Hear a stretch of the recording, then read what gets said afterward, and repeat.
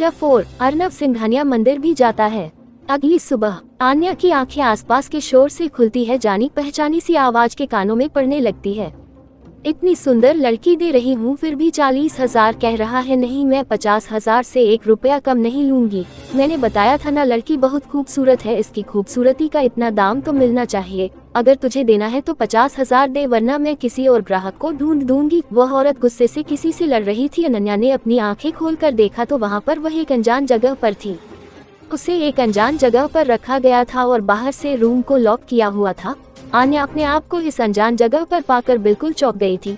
उस औरत की आवाज सुनकर अन्यथा तो पहचान गई थी कि वह औरत है, बस वाली औरत की थी, लेकिन वह उसे यहाँ क्यों लाई थी। आन्या डरी हुई थी, लेकिन वो खामोश होकर उसकी बातें सुनने लगती है। मैं 45 दूंगा पर इससे ज्यादा नहीं। लड़की खूबसूरत है लेकिन इतने में नहीं हो पाएगा। अनजान आदमी की डरावनी भयानक आवाज आने लगी। चुपचाप 5,000 और बढ़ा, वरना किसी और रेड लाइट एरिया में बेच दूंगी मैं इसको। मैं इतने कम में नहीं देने वाली, वो औरत गुस्से से कह रही थी। आन्या को समझते देर नहीं लगी कि यहाँ पर उसको बेचने की प्लानिंग हो रही है। वो ये देखकर बेहद ज्यादा डर गई।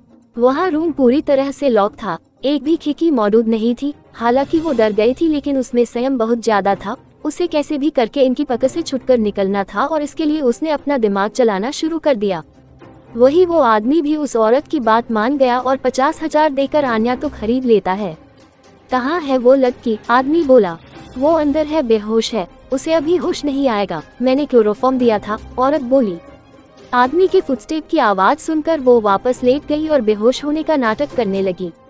आदमी ने बेहोशी का नाटक कर रही आन्या को गौर से देखा। वो आदमी भी आन्या का खूबसूरती में खोसा गया। उसने अपने होंठों को दांतों से चबा लिया और बोला, मैं भी इसके साथ एक रात बिता लूंगा। बहुत ही खूबसूरत है, ऐसा खूबसूरत परी के लिए 50,000 ज्यादा नहीं है। वो आदमी आन्या को अपनी बाहों में उठाकर कार की तरफ बढ़ जाता है। दूसरी तरफ अर्नव का घर। सुबह सुबह घर में डर का माहौल था। ऐसा लग रहा था जैसे सभी की क्लास आज ही लगने वाली है। कौशल्या जी सभी नौकरों पर गुस्सा हो रही थी, क्योंकि कल रात में डोर ओपन रहने की वजह से घर में बिल्ली आ गई थी। अरविंद को बिल्लियों से एलर्जी थी। वो बिल्लियों को बिल्कुल भी बर्दाश्त नहीं कर सकता था। घर में हर तरफ बिल्ली के पंजों के निशान छप गए थे। तुम सभी से कितनी बार कहना पड़ेगा, घर को लॉक कर दिया करो, लेकिन तुम लोगों को सोने से फुर्सत कहाँ है। अर्नव के गुस्से से सभी वाकिफ है, फिर भी कौशल्या जी गुस्से में बोली। उनकी गुस्से से भरी आवाज सुनकर आजीविका, पंकज जी भी वहाँ पर पहुँच जाते हैं। आजीविका, गुड मॉर्निंग मम्मा, इतना गुस्सा क्यों कर रहे हो आप? पंकजी जी, तुम्हें पता है आजीविका बेटा, तुम्हारी माँ गुस्सा क्यों करती है? ये गुस्सा सिर्फ इसी वक्त करती है जब बात अर्नव की होती है। गुस्सा ना करूँ तो क्या करूँ, सभी ने दिमाग खराब करके रखा है। अर्नव जागेगा तो गुस्सा करेगा। पूरे घर में बिल्ली का आतंक था रात भर, और हमारे घर के सभी नौकर सो रहे थे।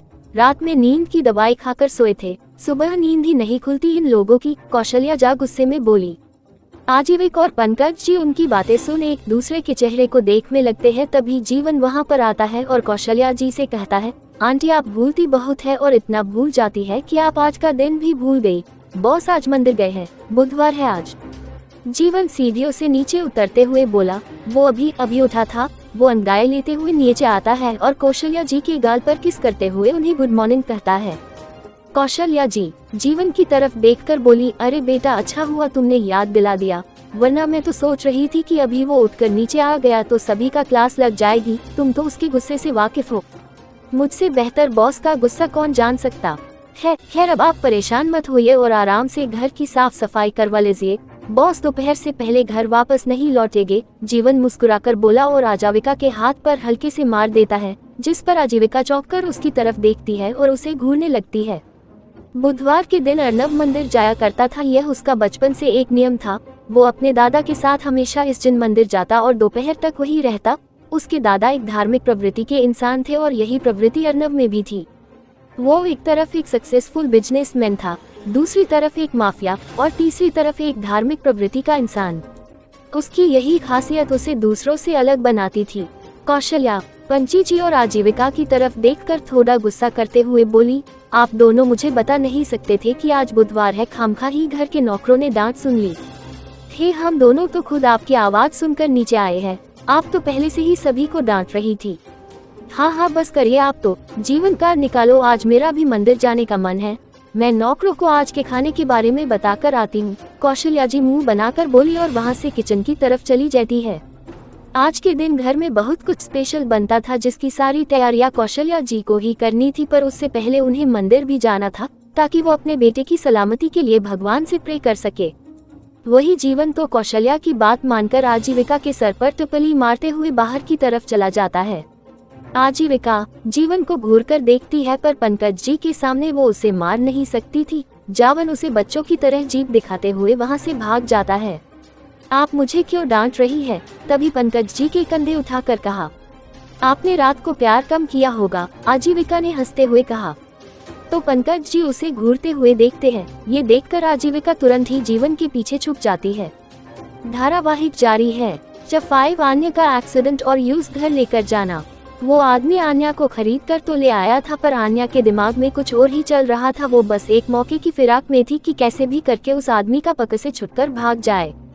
कार सड़क पर दौड़ रही थी और पिछली सीट पर लेटी आन्या डरी हुई थी कि कहीं उस आदमी को ये पता न चल जाए वो बेहोश नहीं है। आज तो मालकिन भी मुझसे खुश हो जाएगी।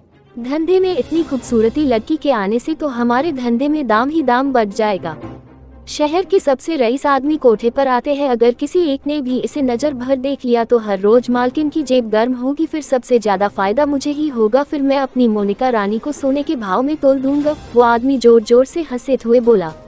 वही आन्या जो कि यह सब सुन रही थी, उसका मन अंदर ही अंदर से घबरा रहा था। यह आदमी मुझे कोठे पर ले जाना चाहता है। अगर यह मुझे वहाँ ले गया तो मेरी तो जिंदगी नर्क बन जाएगी। मैं कैसे रहूंगी वहाँ? एक जगह से इन सब चीजों से बचने के लिए तो भागकर आई थी, दोबारा वहाँ नहीं फंसना चाहती हूँ। भगवान कुछ तो करिए। कहते हुए आन्या की आंखों से आंसुओं की बूंदें छलक पड़ी। अचानक आन्या उछली पड़ी क्योंकि कार शायद किसी दूसरी कार से टकरा गई थी।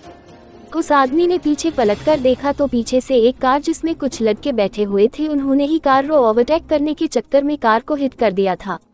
ये कौन है बे? तारानकन तारानकन तारानकन तारानकन। आदमी अपशब्द बोलते हुए सीट बेल्ट खोलकर बाहर निकला। पीछे कार में मौजूद लड़के भी कार को पीछे खींचना चाह रहे थे, पर उनकी कार भी टूट गई थी और डैमेज होने की वजह से स्टार्ट नहीं हो रही थी। उस आदमी ने उन लड़कों की कार की बोनट पर हाथ मारना शुरू कर दिया और गंदी गंदी गालियों के साथ उन्हें कार से बाहर निकलने को कहने लगा। वो लड़के भी जवानी के खून में मुबाले में मार रहे थे। आखिर कोई उन्हें गाली कैसे दे सकता है, ये सोचकर वो भी कार से बाहर निकले। वो करीब 4 लड़के थे, पर वो आदमी अकेला। एक बार लड़ाई शुरू हुई तो होती ही चली गई। यहाँ तक उनका शोर शराबा देखकर आसपास के लोगों ने भी झुंड बना लिया और उनकी रिकॉर्डिंग करने लगे। क्यों बे, कौन हो तुम लोग? तुम्हारी हिम्मत कैसे हुई मेरी कार को ठोकने की? जैसे तेरी हुई हमें गाली देने की। तुझे क्या लगता है बे, हम गाली नहीं दे सकते? एक तो उम्र हो गई है, उस पर गाली दे रहा है। उन लड़कों में एक लड़के ने बोला। उस आदमी की त्योरियां चढ़ गई। वो गुस्से से उन सभी लड़कों को पीटने लगा। वो लड़के भी उस अकेले आदमी से कहा रुकते, उन्होंने भी हाथ पैर चलाना शुरू कर दिया। इन सभी के बीच आन्या को अपने आप को बचाने का अच्छा मौका मिला गया। उसने पूरा जोर लगाकर कार की पिछली सीट की डोर को खोला और कार से बाहर निकलकर सड़क पर नंगे पांव दौड़ पड़ी। वो एक बार पलटकर पीछे देखती है, फिर अपने दुपट्टे को संभाले वो सड़क पर दौड़ पड़ी है। आन्या बदहवास सी सड़क पर दौड़ती जा रही थी। उसके बाल पसीने से भीग रहे थे। आसमान में सूरज चमक रहा था और सड़कों पर गाड़ियां दौड़ रही थी, लेकिन आन्या को इस वक्त कुछ भी दिखाई नहीं दे रहा था। शहरों की चकाचौंध में एक गांव की लड़की कैसे सर्वाइव करेगी? उसके लिए तो वो सभी चीजें बिल्कुल नहीं थी। वो बदहवास सी दौड़ते हुए भगवान से प्रार्थना करने लगी, भगवान बस इससे बचा लीजिए। दोबारा किसी पर विश्वास नहीं करूंगी, किसी पर नहीं। ये सब लोग सिर्फ अपना स्वार्थ देखते हैं, कोई किसी का नहीं, किसी का नहीं। उद्धरण चिन्ह। आन्या ने अपनी बात कंप्लीट की, तभी किसी की कार के सामने आकर वो टकरा पड़ी। कार के ड्राइव ने झटके के साथ कार रोकी। आन्या कार के बोनट पर अपने हाथ फैलाकर सामने कार की तरफ देखती है तो शीशे से 2 चेहरे उसकी आंखों के सामने झलक जाती है। जीवन और कौशल्या जी, जो कि इस वक्त मंदिर की तरफ ही जा रहे थे। ये सब देखकर बिल्कुल घबरा जाते हैं। कौशल्या जी की तो रूह ही कांप उठी। वही आन्या भी बेहोश होकर वही सड़क पर गिर पड़ी। ड्राइवर, ये क्या किया तुमने? जीवन ड्राइवर पर चिल्लाकर बोला। सर, वो अचानक सामने आ गई, मुझे पता ही नहीं चला, ड्राइवर अपना बचाव करते हुए बोला। वही कौशल्या जी कांपती हुई आवाज में बोली, जी जीवन देखो तो वो ठीक है या नहीं। जीवन तुरंत ही कार से बाहर निकला। वो आन्या के पास आया तो वो सड़क पर गिरी हुई थी। जीवन उसके पास बैठकर उसकी नब्ज चेक करता है। नब्ज कुछ धीमी चल रही थी। कौशल्या जी भी बाहर निकलकर आन्या के पास आ गई। कुछ पल के लिए वो बालों के पहरे में ढका आन्या का चेहरे देखती रही। उसके गुलाबी होंठ और गोरे गालों पर उनकी नजरें ठहर गई। गाल पर आंसुओं के निशान छपे हुए थे। माँ, हमें लगता है कि हमें हॉस्पिटल ले चलना चाहिए इन्हें, जीवन बोला। कौशल्या जी घबराकर बोली, नहीं नहीं, हम इन्हें घर लेकर चले गए, क्योंकि अगर अर्नव को पता चला कि हम घर पर नहीं है तो वो भी परेशान हो जाएगा, और अगर उसे पता चला कि सत्तू ने किसी का एक्सीडेंट कर दिया था तो वो इन्हें नौकरी से निकाल देंगे। पर अगर घर लेकर गए तो अर्नव और भी गुस्सा होगा। जीवन चिंता जताते हुए बोला, नहीं, आप उन सभी चीजों की फिक्र मत करिए, बस आप डॉक्टर को घर बुला लीजिए, बाकी हम देख लेंगे। और हॉस्पिटल भी यहाँ से बहुत दूर है, अगर रिश्ते में कुछ हो गया तो हम खुद को माफ नहीं कर पाएंगे। एटलीस्ट घर पर सब सुविधाएं तट है, कौशल्या जी ने जिद करते हुए कहा। जीवन भी उनकी बात मान गया, पर अर्नव का डर उसे अब सताने लगा। तारांकन तारांकन तारांकन तारांकन तारांकन तारांकन अंडरस्कोर तारांकन तारांकन तारांकन तारांकन तारांकन तारांकन तारांकन तारांकन तारांकन तारांकन तारांकन तारांकन। अर्नव मंदिर में सबसे आगे आकर पूजी कर रहा था। वही सामान्य लोग उसके पीछे खड़े थे। देख रहे हो, पैसों की ताकत, हम सब लाइन में सबसे आगे थे और यह सबसे बाद में आकर भी सबसे आगे है। एक औरत दूसरी औरत से खुसुर पुसुर करते हुए बोली।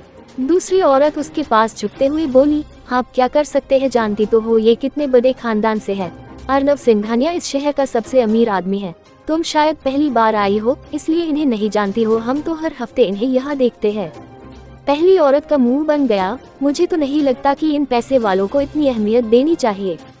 ये लोग हमारी अहमियत पाकर ही हमें कमजोर बनाते हैं और खुद को ताकतवर।